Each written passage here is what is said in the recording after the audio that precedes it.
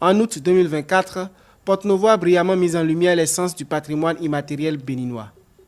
Pendant 3 jours, la capitale politique du Bénin a vibré au rythme de la première édition du Festival des Masques, une célébration mêlant tradition et modernité qui a rassemblé près de 40 000 visiteurs selon l'Institut national de la statistique et de la démographie INSTAD. De la place Migan à l'esplanade de l'Assemblée nationale, les masques, qu'ils soient sacrés ou profanes, ont captivé l'attention des spectateurs.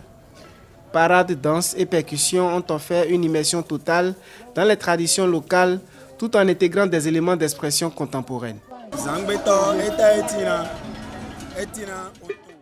La société de masques Zangbeto constitue dans notre tradition le gardien de la cité et protecteur de la population.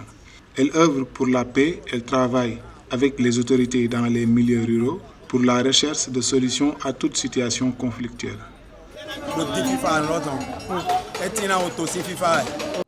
Un volet académique a renforcé la portée intellectuelle du festival.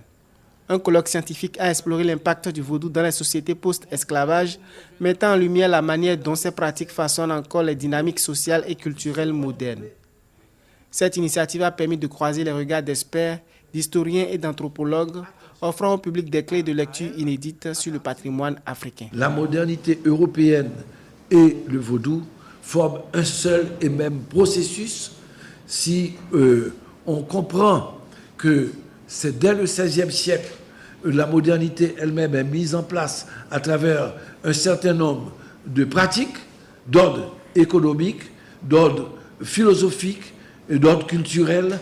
Moment phare du festival, la grande procession des masques a transformé le boulevard lagunaire en une fresque vivante. Cette première édition a marqué une étape essentielle dans la valorisation et le rayonnement du patrimoine culturel béninois. Le Festival des masques devient un rendez-vous annuel incontournable. En 2025, Porto-Novo promet d'aller encore plus loin, invitant le monde à célébrer l'âme des masques et à renforcer les liens entre passé, présent et avenir.